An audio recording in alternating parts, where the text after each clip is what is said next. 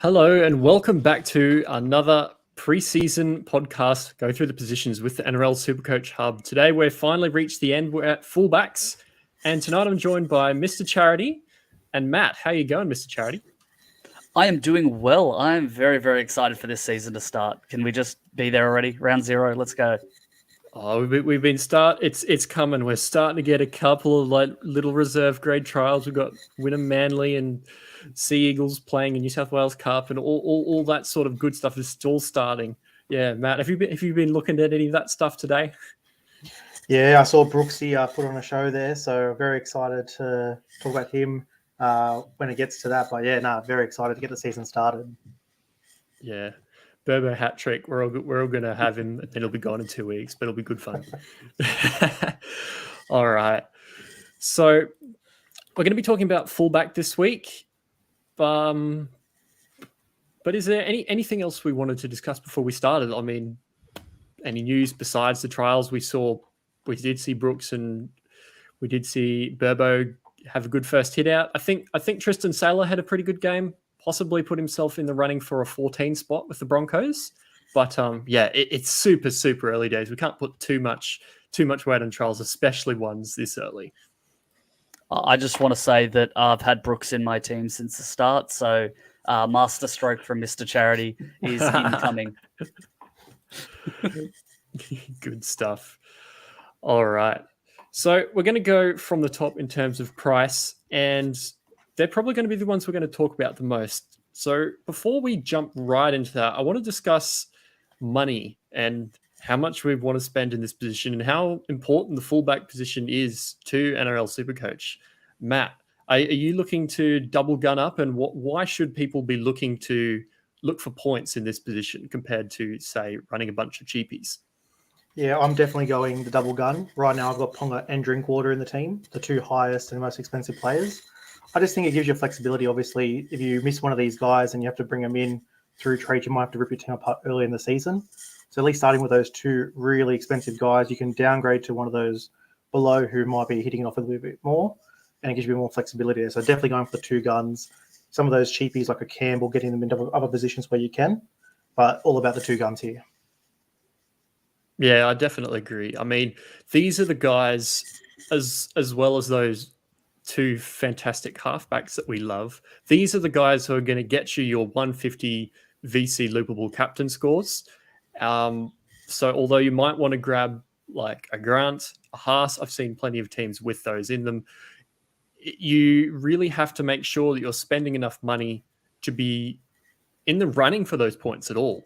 So I don't know if you want to fully double gun up or whether you have to, but I think you have to have at least one really big gun and probably like a Pappenhausen or a Campbell at the very, very least. It's just such an important position.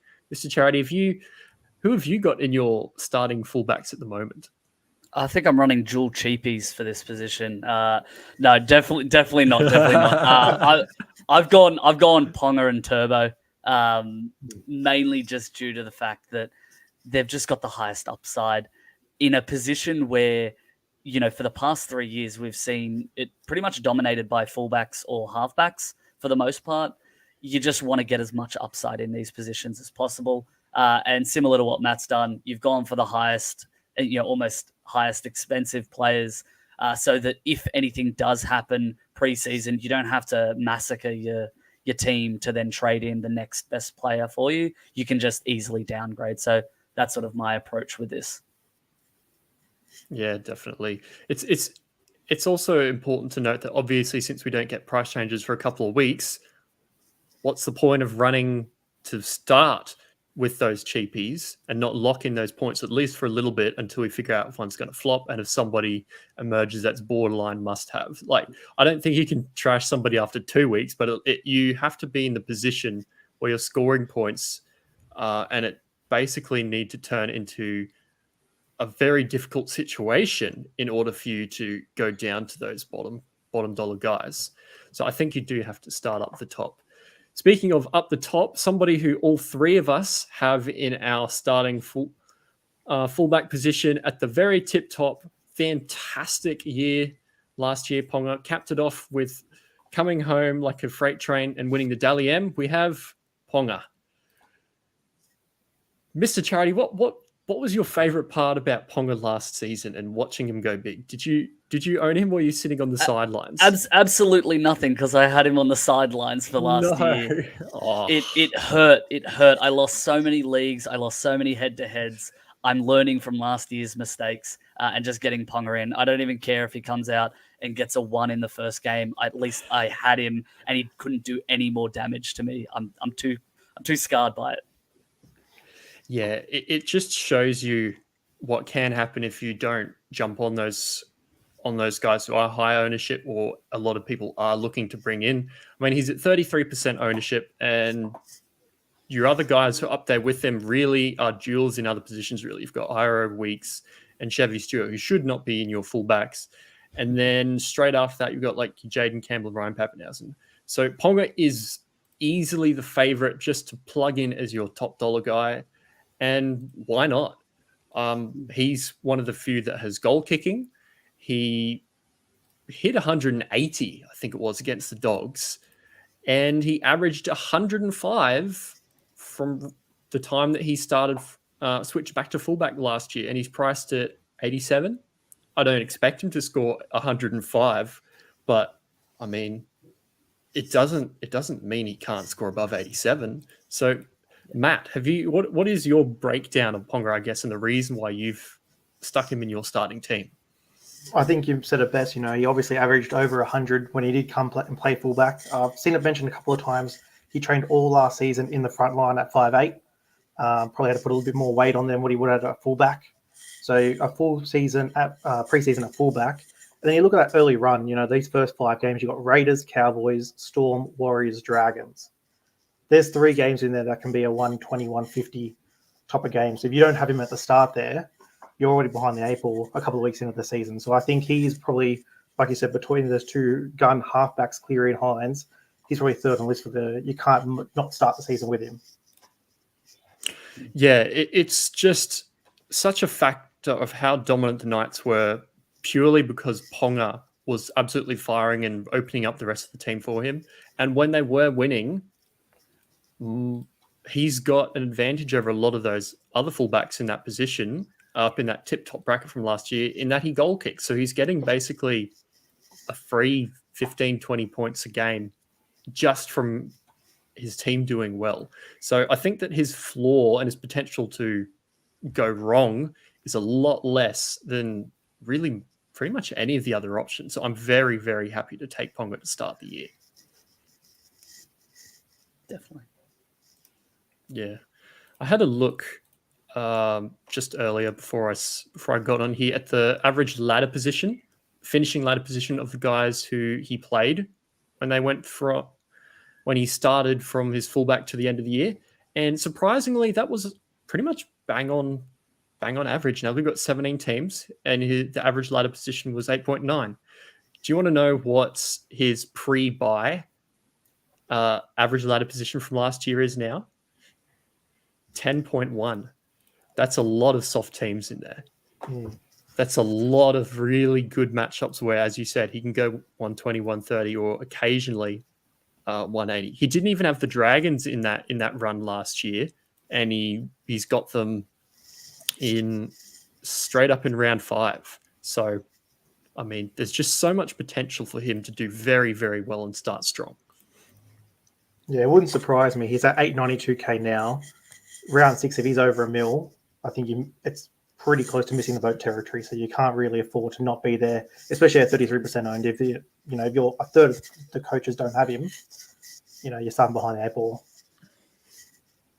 Yeah, well, if you've started like a Latrell and are gambling on him having a really good start despite some of a little bit rougher draw and stuff, if he's sort of sitting at the same price and Ponga's over $1 million, there's 200 grand you've got to find in order to get him in.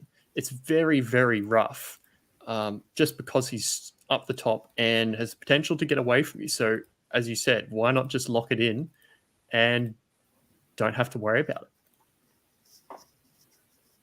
All right. Anything more we want to say about Ponga, or we'll start moving on to these other guys who we want to plug into potentially our second spot? Definitely. Yeah, definitely. Let's move on to the next best fullbacks, and this is going to be a competition between me and Matt. I think the Drinky versus Turbo debate. Yeah. Well, next down is Drinky, 83 break even, and priced at pretty much bang on 850. So, Matt, what made you pick Drinkwater over Turbo? A couple of reasons. One, I think obviously I'm a little bit too concerned about those injuries for Turbo. I kind of want to see. Obviously, that's going to be the easy answer, but when Drinkwater kind of, he had that rough start to start the season last year, had that game where I think he scored one where he got sent off. After that, he was flying and he was the main linchpin of that attack. And the Cowboys weren't even really they didn't make the finals. They had stretches, but you look at that run that I've got, Finns round 1, that's very juicy. Dragons round 3, Titans round 5, similar to Ponga. There's a couple of games there where the 140 is on offer. And at 5%, that's the thing that really caught my eye, 5% ownership there. That's, pretty good way. If he does get an early start, could be hard for other teams to catch up there to try and grab him there. Oh, 100%. And as you said, he was the linchpin of that attack. I went and had a look from the time, which game was it? From when he came back from that long suspension, when he was away for 3 weeks, from round 6 to the end of the year, I think he had 27 assists. 27. He is very heavily involved in that team. Even though he doesn't goal kick, he still managed to nearly catch Ponga. And if you had those two at the back end of last year, you were just raking in 250 points around very, very regularly just from having them without captaincy. So I'm very happy to start with Drinkwater. I have Turbo at the moment, but you might persuade me. We'll see. But yes, who do they start with? They start with Dolphins, Knights, Dragons, Broncos, bit of a tough one. Titans, Eels, Sharks before they hit the Panthers, and then they're a little bit softer into Origin. Dolphins, Titans, Rabbitohs, Tigers, and then they hit Origin-affected Roosters. So that's pretty good. It's not Sharks good, but it's pretty good. And they don't have any bye before Origin.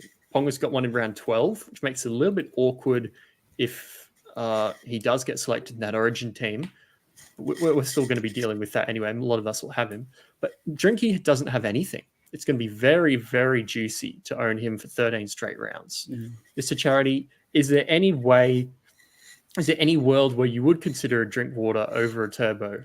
Or from Turbo's previous history, you just find it too hard to pass up if he can somehow manage to stay on the park?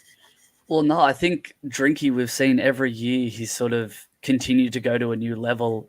Even back when, I think it was a couple of years ago, he was playing like 5'8", and then they eventually moved him to fullback, and that's where he started crushing it. I think one of the things that we need to take into consideration when you're considering Drinkwater is how good he was last year and how many points he scored you when the Cowboys were terrible. So think if the Cowboys can just up their performance an extra 20%, Drinkwater could be one of those players that gets to the million. Didn't he get to the million last year or something like that? So it's just Drinkwater has that potential and he has that upside to get to that level. Plus with the easier draw coming in, the Cowboys draw, I would say, is easier than the Sea Eagles draw. And I think when you get to a certain point in maybe like round 6, I think it is, the Sea Eagles draw starts to open up and be a little bit easier after that. So there's the argument where you start with Drinkwater and then downgrade to Turbo, which is not a bad downgrade either. I just am going with Turbo to begin with, but I can be easily swayed in this discussion. So, yeah. Yeah, 100%. Well, we might as well talk about him a little bit while we're here before finishing off. In comparison, Turbo's opening draw is round 1 Rabbitohs when they go over to Vegas. They've got the Roosters, the Eels, the Dragons. Then they hit a bit of a hard spot with Panthers and Warriors back-to-back. Titans, Eels, Raiders, Dolphins, Broncos, Storm, Panthers, Dragons, and then you're well into Origin. So really the only very tough part in there is how good the Roosters and Rabbits are early, potentially, and then that round 5 and 6 roadblock. So, but that's more than Drinkwater has. So you've got 2 or 3 really awkward little spots, and yeah, as you said, round 7 they've got the Titans and they've got the Eels, Raiders, and Dolphins, and I mean we've seen him absolutely be selected for Origin in the past. So if he is fit and firing, he could be one that misses out and be playing Origin instead. If he isn't, he'll be a fantastic option. But yeah, Drinkwater to start looks very, very strong. I wouldn't go against Turbo, but both look to be pretty good options. Yeah, I think for me, I'm just going off who scares me not to own, because that's what haunted me last year. I'm just going with the Ponga Turbo, but very high injury prone rate. So high risk, high reward is what I'm going for. That's the strategy that I'm going to be going with. The only thing that sort of for me is the downfall of Turbo, other than that difficult early draw, would be the fact that Drinkwater has 1 bye in round 16. Turbo has 1 in 13, 1 in 17, plus that sort of Origin period. And the fact that Drinky wasn't selected in that Blues 36-man squad, just it screams to me that Drinky's going to be available for you consistently. And particularly if you're running with Ponga and Turbo and both of them get selected for Origin this year, you're then going to have to be scrambling to find new players because you don't have that substitute player to come in. So that's the only thing that I think I really need to start considering in that process. But that's, for me, a round 13 problem, I say. Yeah. Do you have anything to add to that, Matt? Yeah, I think you hit the nail on the head there with the are you scared if you don't own him? Because last year he obviously averaged 82, but he looked pretty busted in a lot of those games. And that Raiders game before Origin where he went 165, he was really a fourth gear maybe. We never really saw top Turbo last year. And if he is going to come in fit this season, then it's going to be, even with that hard draw and a couple of speed bumps there, it's going to be hard not owning him because there could be a game where he goes 220 and you're sitting there missing out. So I see both cases. Right now, I'm leaning Drinky, but if we see a fit and firing Turbo, it's going to be hard to say no. 100%. And I do like the ownership numbers that you brought up there, because putting them side by side, they both have very, very good potential and reasons why they should be in your team. And one's at 11.1 based on name value, and as you said, being scared, and one's at 4.6. That's quite a marked difference. So if you're happy to take a little bit of a punt on somebody who not as many people own, I'm all for it. All right. Somebody who's actually higher ownership than Turbo, which surprised me a little bit, coming in just behind that is Reece Walsh. So we finally saw the Reece Walsh that everybody wanted, everybody was waiting to see last year. A lot of errors, but not afraid to throw those fantastic passes and just absolutely tear up teams when the Broncos were on. He comes in at 813K. Mr. Charity, is there a world where you'd want to start with Reece Walsh? And if so, what would be the reasons that would make you want to? Not me personally, but I can understand why you would want to. His first practically full season, he missed round 1, but practically a full season playing fullback with the Broncos back home, where he essentially wants to be. And he just crushed it. He's a young kid that is just going to get better. I think what we're going to see, though, is teams start to catch on to how to defend against him, especially with those sweeping plays. That's where we're probably going to see him start to trip up. It just comes down to whether or not he can step up and go to that next level to be able to adapt to the way that teams are going to be defending to him. And if he can do that, he's another player that could go. A lot of these top players are those players that can go to that million mark and just consistently be bringing in tons for you.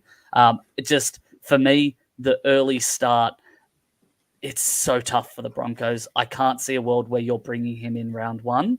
We could be proven wrong here, but for me, this is something that you stay away from until the draw sorts to ease up a bit and maybe he's down to 600K. That's when you can maybe trade in Ponga for Reece Walsh, because Ponga gets the number 1 spot for the Maroons potentially. Who knows? But that's sort of where I'd be looking to maybe get him in if he doesn't get selected for Origin. Yeah, and as you said, last year we saw it, and he started fast. If you look at his rounds 1 to 7, well, 2 to 7 actually, he had a 95 average over that period, but he played the Cowboys, the Dragons, Dolphins, the Tigers, the Raiders, and the Titans. That's not what he's got this year. He starts off pretty nightmarishly, to be honest. He's got Roosters, Rabbitohs, Panthers, Cowboys, Storm in his first 5.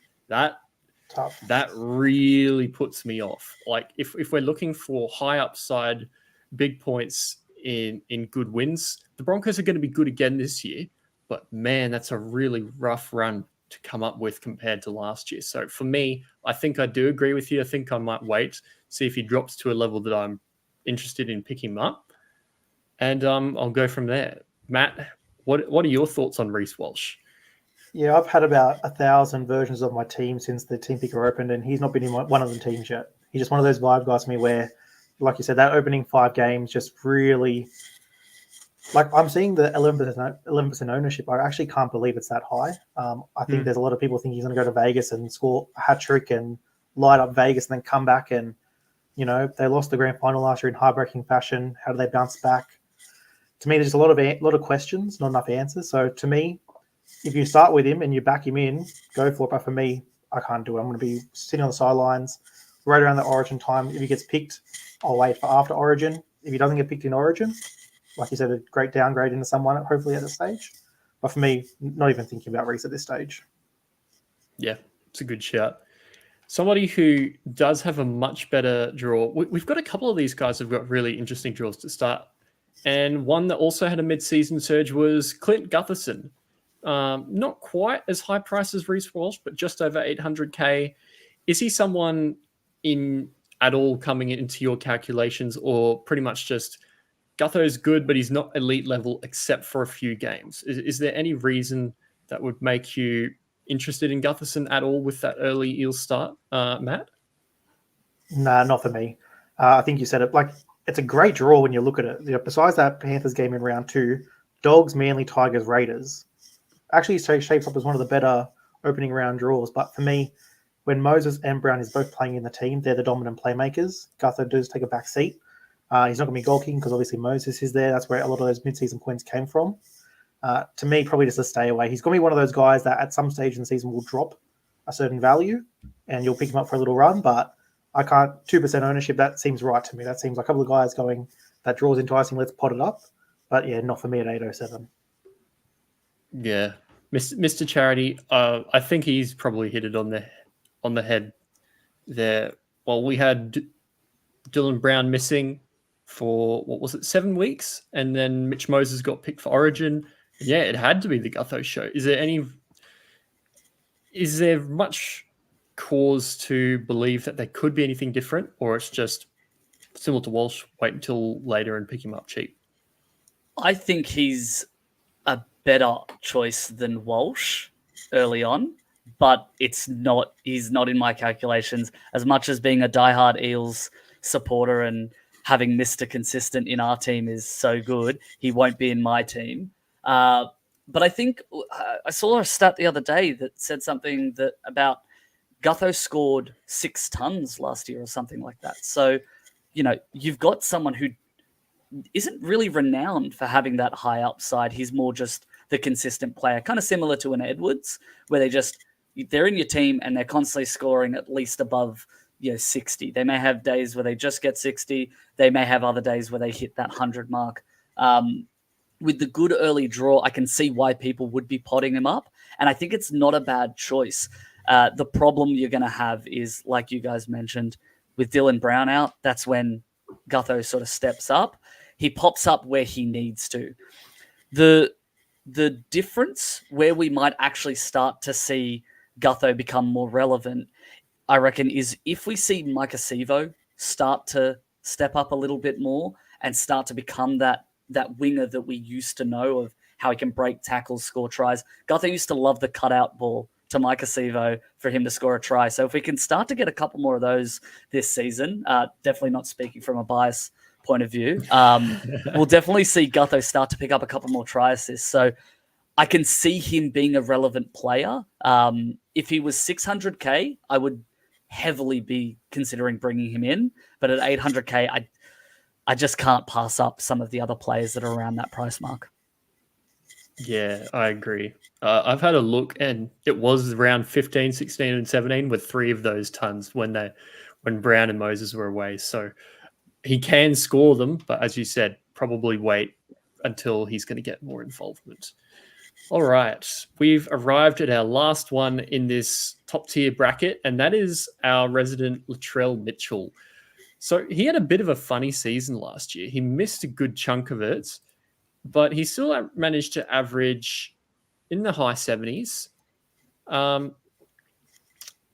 Yeah, he was also someone who had 3 back-to-back tons from rounds 6 to 8, including against the Panthers. Is Latrell just one to watch and wait for later? Somebody who you might even pick up instead of a Reece Walsh or a Gutherson or something like that if the price is right. I'm excited. I'm excited for Trell. I just feel like this is Trell's year, and if I had a third fullback spot, I'd be tossing up between Trell or Pappy if Pappy was goal kicking. That would be where my third choice would be. But yeah, I'm very excited for him. I really hope he crushes it this year. I think it's his first full preseason with the Rabbitohs at fullback, something like that maybe. So just could be absolutely incredible. I'm really excited to see Trell jump in with the goal kicking added in. That's why one of the reasons why we're picking Ponga. Trell for a little bit cheaper. If the Bunnies can start to fire, especially with Jack Whiten coming into the team, his best buddy, I reckon we can start to see Trell doing some real damage and a lot of people scrambling, figuring out which fullback to sell to get him in come round like 4 or 5 maybe. But for me, it's a wait and see. Yeah. Matt, I look at Latrell's early draw and I see a Reece Walsh type situation. Is there potential where Latrell can outdo Walsh, given that he's got other things like the goal kicking? Yeah, absolutely. I'm actually pretty high on Latrell. Those first couple of games, Manly, Broncos, Roosters, tough. But then it goes into Dogs and Warriors. I think the Warriors might have a little bit of a down year compared to last year. So I'm actually pretty high on the back end of that.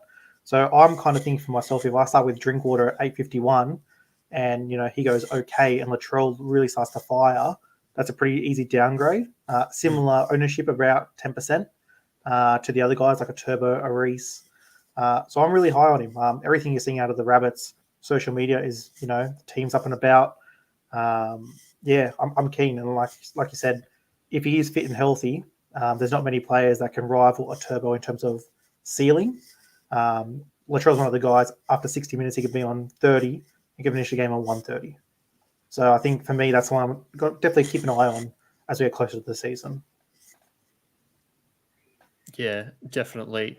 Latrell is one of those guys who can scare you a bit like a Turbo, and so we will have to watch him very, very closely to begin the year.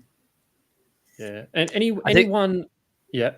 I was just going to say, I think the one thing to just keep in mind if you are looking at getting Trell in is that early buy. He's got that buy around round 7, so early on in comparison to some of these other guns that are having buys around 12, 13, even 16. That's just one of the things you need to consider if you are going with Trell, as what's your option for that. Yeah, 100%. All right, that brings us to the end of that really tip-top elite option. There's a big jump down to the next player who I'll just mention briefly, but won't really talk about. You'll want him in your center wing. That's Ruben Garrick. But yeah, moving to center, he had that monstrous game where he scored 1 million points and a lot of tries and assists. But he also straight after that, what did he score? 26. Yeah. So I think we got to just wait and see what he does. Turbo isn't going to get injured every year and he'll sit at fullback. There's going to be a down year for Garrick at some point, and I wouldn't start with him at that price. Agreed. Yeah, definitely.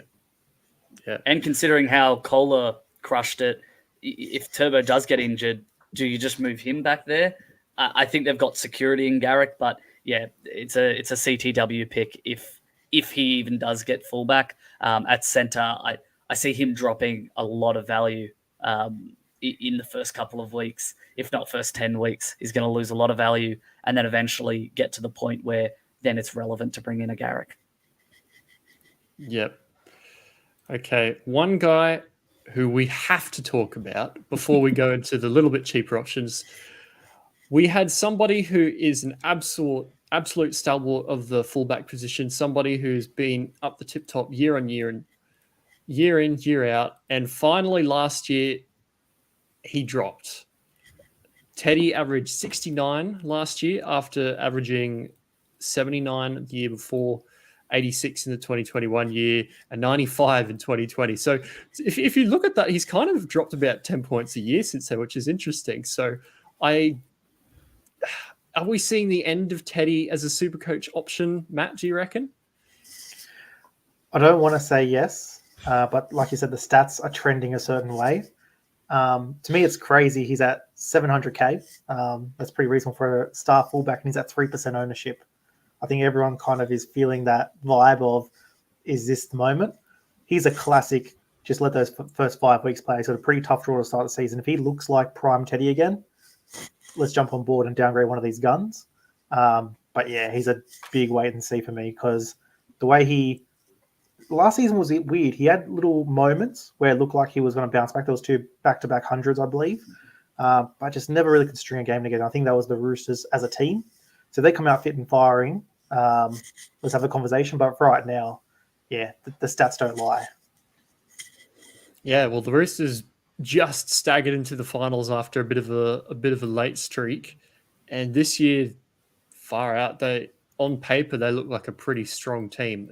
Even though there's rumors of Manu's going here, someone's going here, their forward pack, if they get rolling and their outside backs go behind it, we could see some Teddy resurgence. But as you said, probably have to wait and see for it actually happening until we do jump on. Yeah.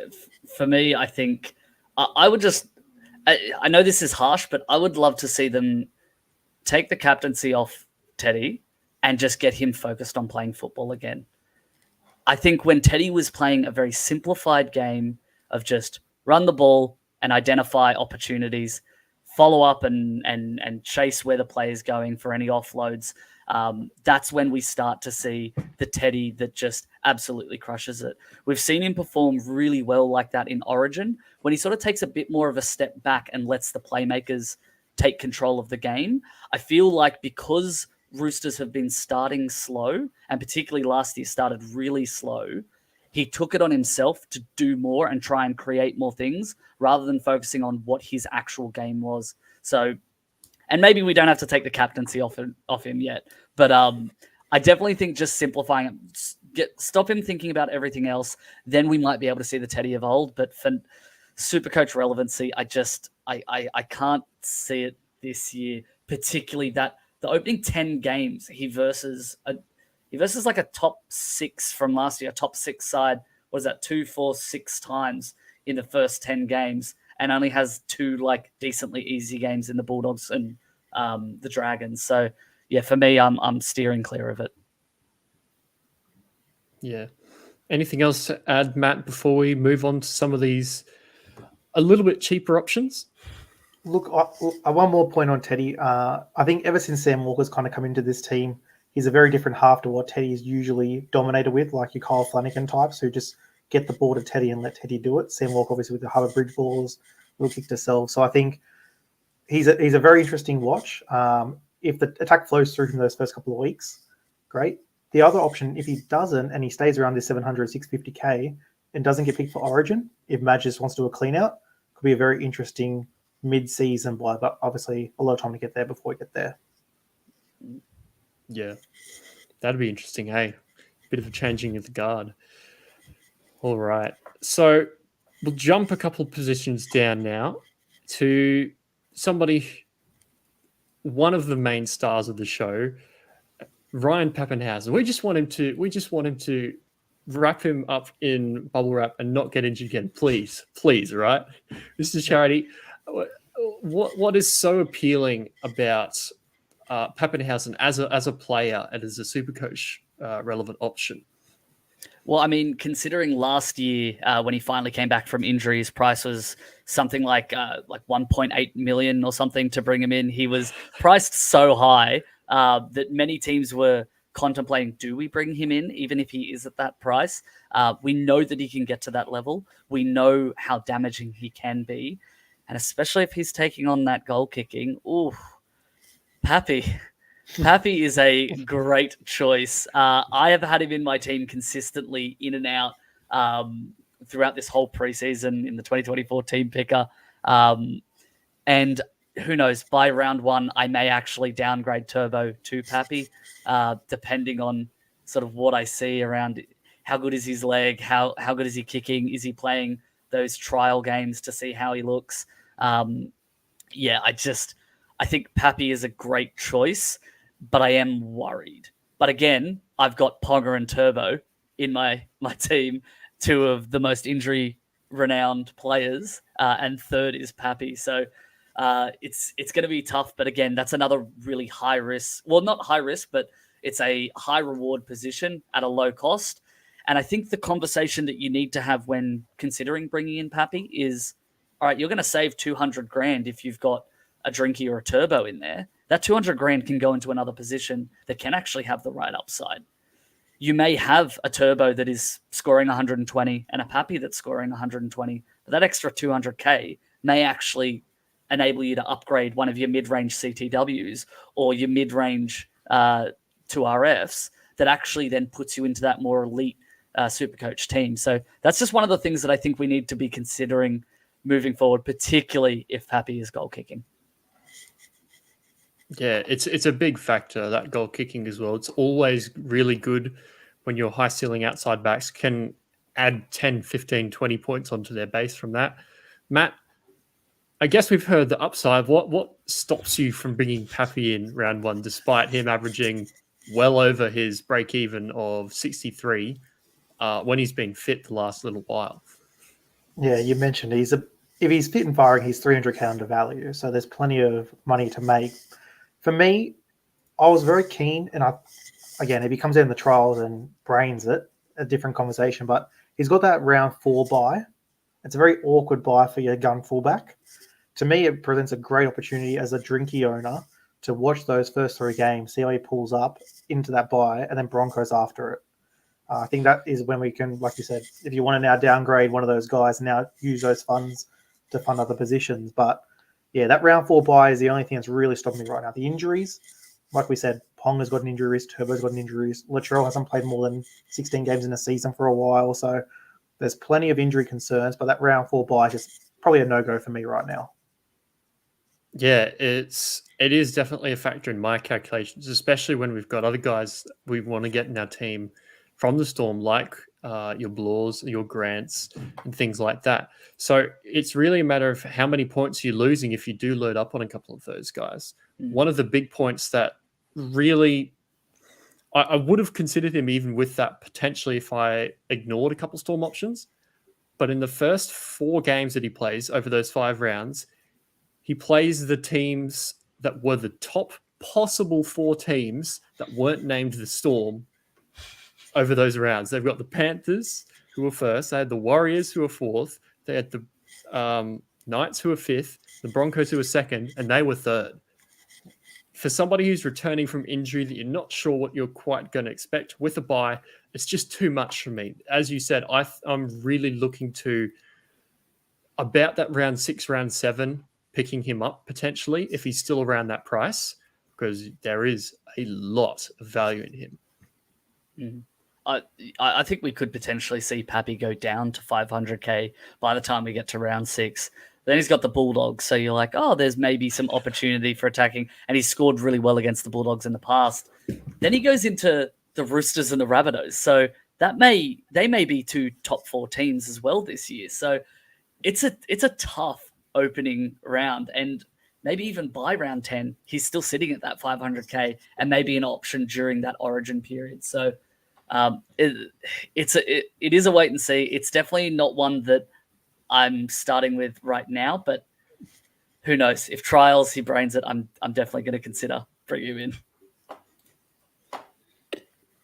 Yeah, Pappenhausen Yeah, go ahead. Sorry. The thing is, he's at 22% ownership now. If he absolutely brains and that gets up to 35 near Ponga, it's going to be very hard to watch those first couple of games with him not in my team. Obviously, like you said, Panthers, Warriors, Knights is pretty tough to start. But if we're going back to 2021, Pappy, and he's firing goal kicking, let's have a conversation. Yeah, he's only got to beat what 63. I mean, he could still do that. He can still do that easily. Yeah. All right. Is it? We're finally getting to some of the areas where there's just not a lot of options.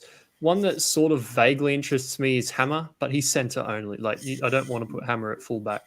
So it's probably a good discussion to have right now, Mr. Charity. Why is it a bad idea to have somebody like Hammer filling up one of those fullback spots instead of putting him in center wing? Well, I mean, we spoke about at the start of the podcast the top scoring Supercoach players over the past 3 years, and probably even for beyond that, have been your fullbacks. So you want to be bringing in your high upside players in that fullback position. If someone is playing fullback, so scoring fullback points, that fullback money talk we had a couple of years ago, that is what you're going to want to have in your team. Now, in order to get as many of those fullback players playing in your team, if they're available at CTW or 5'8", like we saw last year, 100%, you put them into those positions so that you can then have 2 fullback-only players in that fullback slot. So for any of the Supercoach beginners out there, that's exactly why if Hammer is dual position, fullback and CTW, put him in your CTW. Don't waste time with having him in that fullback slot. Yep. Good summary. Okay. Tigers have round 1 bye. Buller was great last year. Probably not one to look at given the other options. The next one on the list that interests me is probably Jaden Campbell. And I mean, we have a similar conversation. However, there is a lot of money involved in fullback, in halfback, and in potentially in 5'8". If you're going to go with Dylan Brown, who looks very safe, nice opening draw, a bit like the Gutho, but with nobody else to really challenge him, and just the gun double halfback, is there any reason why you should consider Jaden Campbell as your second fullback just to save a bit of money? Or is that really not something you should be considering, Matt? I wouldn't consider it. Like you said, this is the premier position right here. You've got to go get 2 of those big boys. Jaden Campbell's a perfect 5'8" number 2, in my opinion. You can slot him in there at a pinch during the season. If there's injuries, if there's trade, you can flip him around with that duel. But to me, Jaden Campbell at that price point is actually a really nice option at 5'8". Like you said, halfback and fullback is very dominated with high money players. So use your 5'8" slot for Jaden Campbell. I wouldn't go near him on fullback. Yeah, I agree. We're starting to get to the levels where it's because of the nature of the position, they're not really somebody you really ever want in your fullback position unless they're about to make 100K, 150K in 1 week, like we saw with Buller last year. So for guys who might be able to do that, not to start with round 1, we've got a selection of a few that might have the potential at all, I guess. One of them might be Xavier Savage, but he's centre wing available, so I wouldn't. We might, if Pappy isn't fit to start the year and Farlogo gets the job and carves out a good couple of 70s at his 339K price point, then we can have that conversation. If Jaden Campbell isn't fit and Keeney comes in at even cheaper and puts out a couple of good scores with that early draw, we can start to have these sort of conversations as, are there options we can bring in? But really, another factor is just how do you get the others in? How are you going to get 500 plus K to get up to those guys who are scoring hundreds, raining down loopable captaincy scores, and you have no way to get them because you've got a Ponga and then a 300K guy? Matt, is there much more to say regarding that, really? I think you nailed it there. You know, someone like Xavier Savage can come out and average a nice score and make 200k, but you're still 400k away from Kalen Pong if you don't start with him. So to make a couple of trades there to make that work and an early boost potential wasted, nah, can't do that. There's one guy we haven't mentioned yet who I think in that same scenario could make a bit of coin and get to that name is Will Kennedy. 664k, 1% ownership. Starts with the Warriors, the Dogs, the Tigers, and the Raiders. If he absolutely brains one or two of those games, he could potentially make 100k, get up to that just under the 800k mark. Again, not really thinking about, but if you're going to try and make that bit of cash to go up, I'd be looking at somewhere at that kind of price point, him CNK around that 650, 680k versus your Savages and your Farlongos at the 340, 350. Yeah, it's just so hard to make that much money. You have to basically straight trade another gun to them and turn them into base price in another position. And that might wreck your setup of half of your forwards, for example. Like if you're trying to sell Payne Haas so that you can get, I don't know, Drinkwater's 100, back-to-back hundreds, your front row forwards might be your front row forward 2 might be scoring 30 a week. And that's going to really hurt as well. I think if you're looking at going for a cheaper fullback, it's just you need to build your team to have the 2 guns to begin with. And then if all of the guns are just not performing at the start of the season, we see at the start of the season defenses are a little bit better. So maybe the fullbacks aren't scoring the way that we want them to, even though we haven't seen that in the past for everyone. That's then when you could start to have the conversation of, oh, do I bring in a Buller? Do I bring in a Kennedy? Do I bring in some of these like lower range players that may be able to make some cash?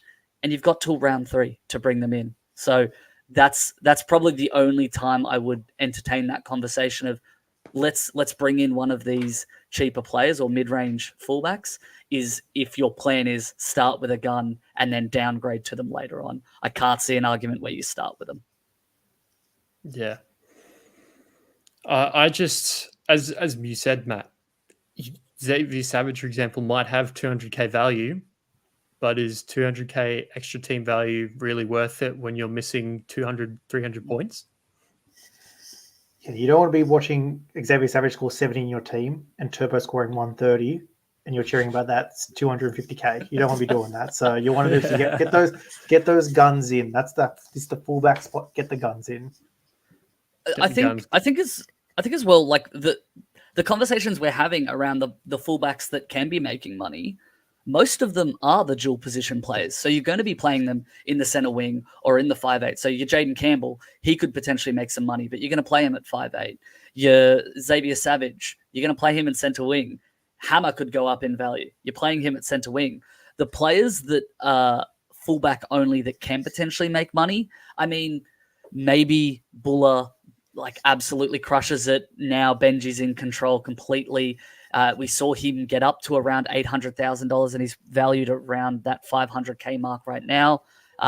If Jaden Campbell is injured and out for the season, they go, you know what, AJ not at center, let's move him back to fullback. Under Dez, maybe AJ starts performing well, or maybe Keeney comes in. That's a conversation that you could have if Keeney comes in, plays fullback and plays for the first 5 rounds, but I don't see Jaden Campbell being out for too long.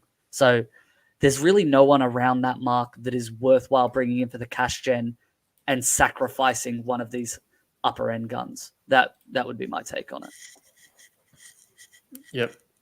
I think it's a pretty good summary of the position in general. Matt, have you got much more to...